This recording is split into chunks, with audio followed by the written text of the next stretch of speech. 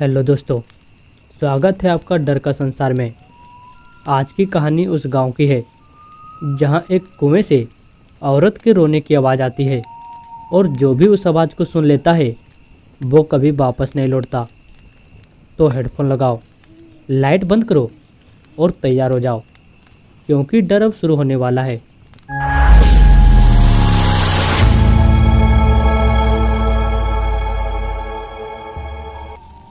भैरवपुर गांव के किनारे एक बहुत पुराना कुआं था। गांव वाले उसे मृतक कुआं कहते थे। चारों ओर झाड़ियां थी, टूटी झोपड़ियां और कुएं पे काई जमी हुई थी। कहते हैं 50 साल पहले वहां एक लड़की रहती थी, माया। माया बहुत सुंदर थी, लेकिन गांव के ठाकुर की नज़र उस पर थी। माया पहले से ही किसी से प्यार करती थी, राजन, जो एक गरीब किसान था। ठाकुर ने धमकी दी, अगर तू किसी और से ब्याह करेगी तो तेरी लाश इसी कुएं में मिलेगी। लेकिन माया ने उसके बातों का विरोध किया।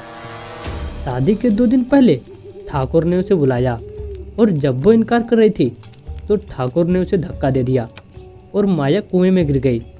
2 दिन तक कुएं से उसकी धीमी धीमी चीखें आती रही, लेकिन किसी ने मदद नहीं की। जब आवाज़ें बंद हुई तो कुएं से लाश पानी निकालने लगा।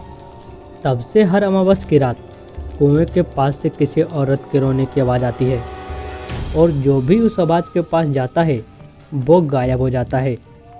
2024 की गर्मी में 3 दोस्त गांव घूमने निकले, राघव, कृतिका और मनोज।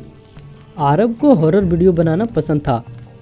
उसके यूट्यूब चैनल पर 1 लाख सब्सक्राइबर थे और वो नई रील के लिए हॉरर लोकेशन ढूंढ रहा था। गांव पहुंचने पर उन्होंने कुएं के बारे में सुना। गांव का बुजुर्ग चौकीदार हीराराम बोला, बेटा उस कुएं की तरफ मत जाना। पिछले अमावस में पंडित का लड़का वहां गया था और बस उसका जूता मिला है। कृतिका ने डर कर कहा, आरव, हमें वहां नहीं जाना चाहिए। आरव हंसते हुए बोला, अरे यही तो मज़ा है। गांव वालों की बातें डराने के लिए होती है, भूत ऊत कुछ नहीं होते। और उन्होंने तय किया, अमावस की रात शूटिंग करेंगे। रात के 12 बजे पूरा गांव सो चुका था। कुत्ते भी सन्नाटे में दुबके हुए थे।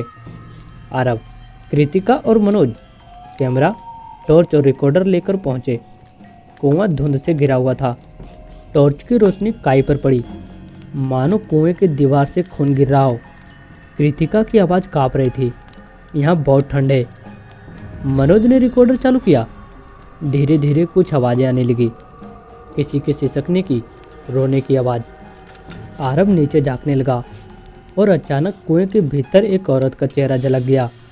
फीका, बिना आंखों वाला चेहरा। वो डर से पीछे हट गया, पर तभी रिकॉर्डर में आवाज़ आई, मेरी मदद करो, मुझे निकालो। अब सब घबरा गए। मनोज बोला, बस अब काफ़ी है, चलो वापस। लेकिन राघव बोला, इतना पास आकर वापस? अगर ये सच है तो ये मेरी सबसे बड़ी वीडियो बनेगी। वो कैमरा लेकर कुएं के किनारे गया और माइक नीचे डाला और तभी अचानक कुएं से हवा का जोरदार झोंका निकला और टॉर्च बुझ गई। कृतिका चिल्लाई, आरव। जब टॉर्च दोबारा जली, आरव वहाँ नहीं था, बस उसका कैमरा पड़ा था और कुएं का पानी लाल हो गया था। अगले दिन गांव के लोग वहां आए। कुएं के पास सिर्फ कैमरा और जली हुई टॉर्च मिली। मनोज ने कैमरा उठाया और वीडियो चलाया। वीडियो में दिखा, आरव नीचे गिर चुका था।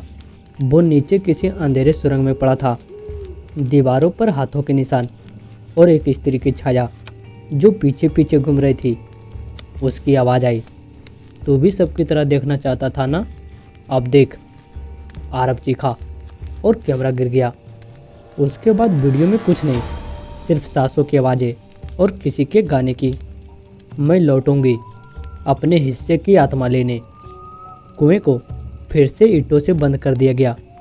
गांव के लोग अब उस रास्ते पर भी नहीं जाते, लेकिन कहते हैं हर अमावस की रात किसी न किसी के मोबाइल पर वो वीडियो अपने आप प्ले हो जाती है।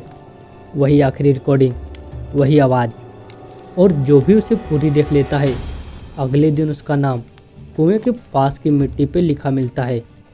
तो दोस्तों, अगर कभी किसी सुनसान गांव में आधी रात किसी कुएं से किसी औरत की आवाज़ सुनो तो पलट कर मत देखना, क्योंकि वो माया अब भी अपने हिस्से की आत्मा ढूंढ रही है।